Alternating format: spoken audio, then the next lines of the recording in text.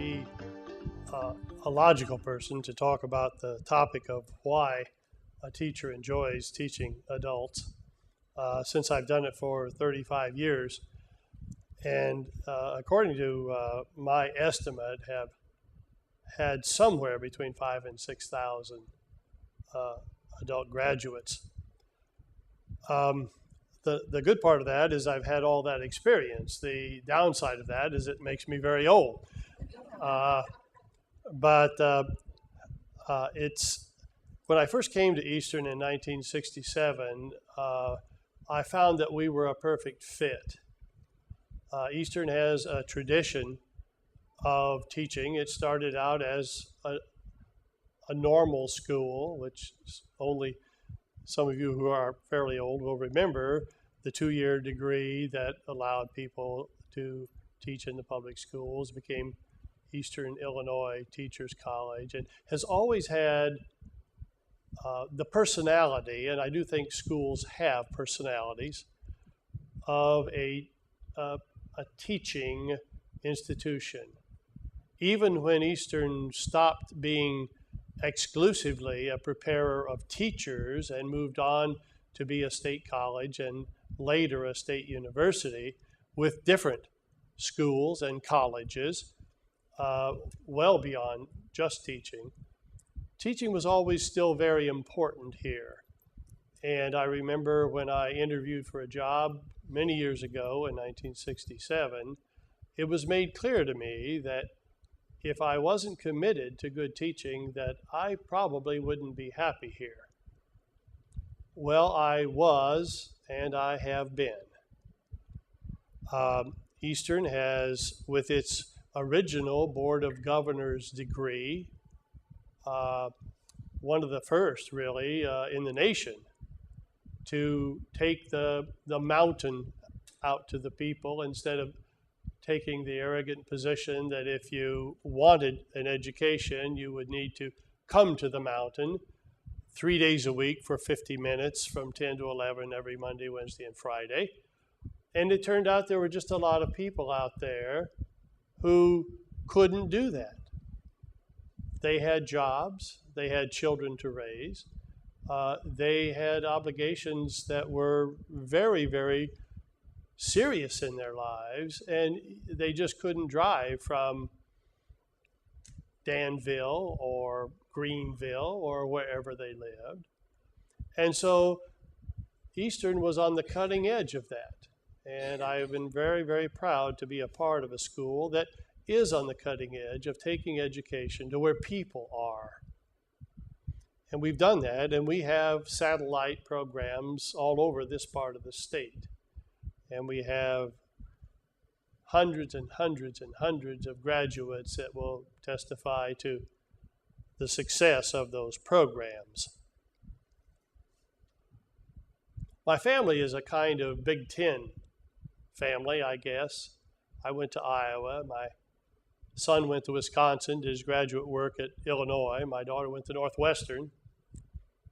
When my son was at Wisconsin, he went there as a walk-on in basketball, and fairly early in the season was injured with an ACL strip, which some of you know if you're into sports, and he had surgery at the University of Wisconsin Hospital. But he just couldn't handle the steep hill that is at Madison, if you've been to Wisconsin, a very steep hill, and he had a leg that was just virtually dead for 13 months until it was rehabilitated. And so he came home, and he spent a spring semester here with a full load, and then a summer here with a full load, and then in the fall went back to Wisconsin. My daughter went to Northwestern, and each summer came home, and each summer took a full load here at Eastern. And they've gone on, they've done very well, and my wife and I are very, very proud of them.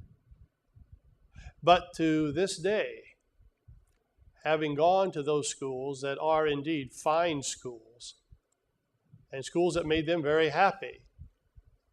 But both of them will tell you, as I have heard them tell many people, and they certainly have made it very clear to me, that the best teaching they ever had in their undergraduate and graduate programs, they got right here at Eastern.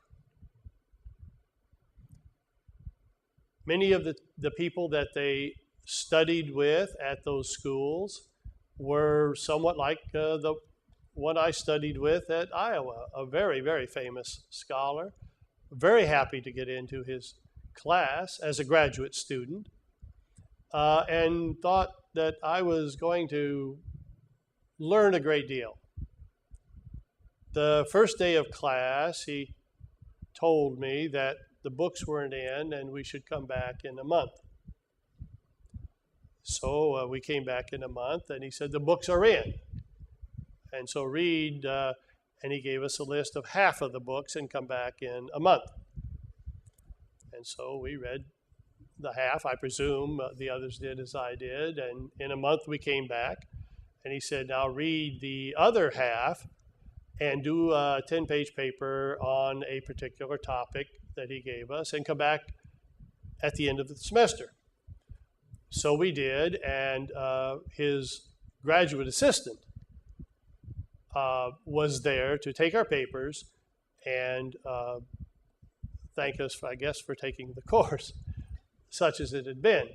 So I had one of the most famous scholars in America, and I had probably had something like 35 to 40 minutes with him in a semester. Now, I would never suggest that this is typical of the University of Iowa. Some wonderful people have come out of there, some of my very good friends who had very good experiences. Mine were, the other experiences were not that bad, but they were not particularly good either. And I got a feeling for what my daughter and my son said when they went to schools that were famous schools and had famous scholars, but whom they never saw because they were taught by graduate assistants, mainly. Never saw the people that were famous and made the school famous. And Eastern has just never taken that approach, and I've always been proud of it for that. There was a time back in the 70s when we sort of veered that way about publishing and making our efforts in that area and kind of reducing just a bit the emphasis on good teaching. But we passed through that, and I'm very happy because there are all kinds of schools out there that can do that kind of thing, and if a person needs to go to a school like that, then I think they should go there and probably produce fine results. But if they want to teach people of all ages, in my particular case, the most rewarding being adults, a place like Eastern is the place that you want to come. Its personality is a personality where teaching has always been the most respected characteristic of a faculty member. His name on 10 books, if students never get to see him, doesn't really amount to much. And so I have been very proud to be here. I have found that Eastern's personality and our adult learners match almost perfectly. They are away from here. Many of them never see campus until they graduate or until they come to a ceremony like today's.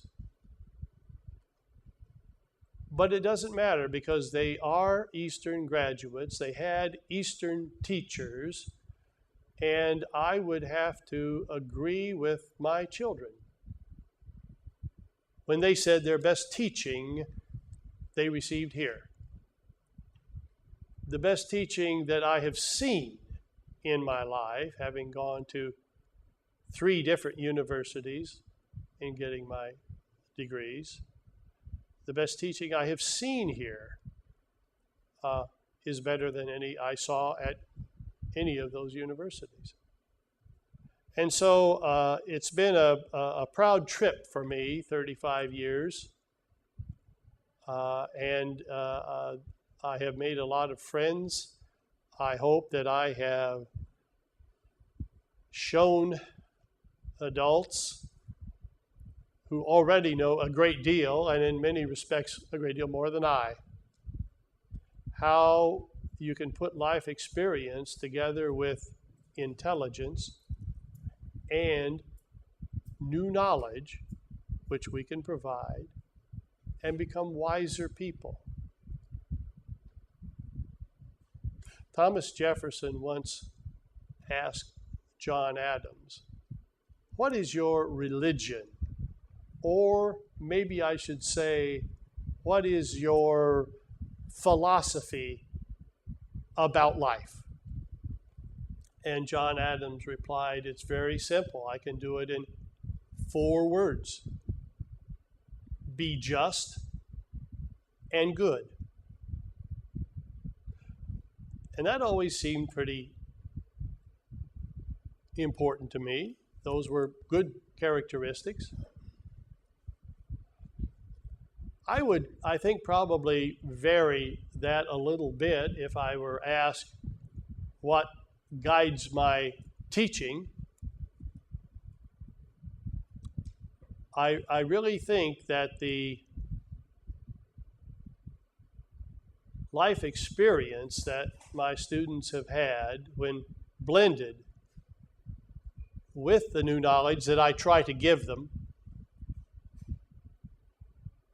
and which allows them to see more complete pictures of events in history, of situations in history, of people in history. I'd like to think that that makes them wiser.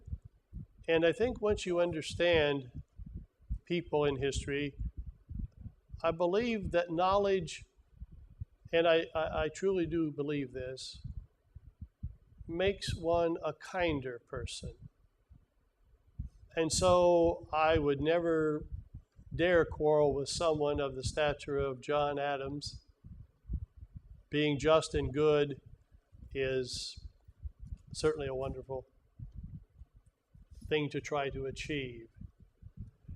I guess what I try to teach and what I try to leave my students with as they go on down the road of their lives is to be wise and to be kind.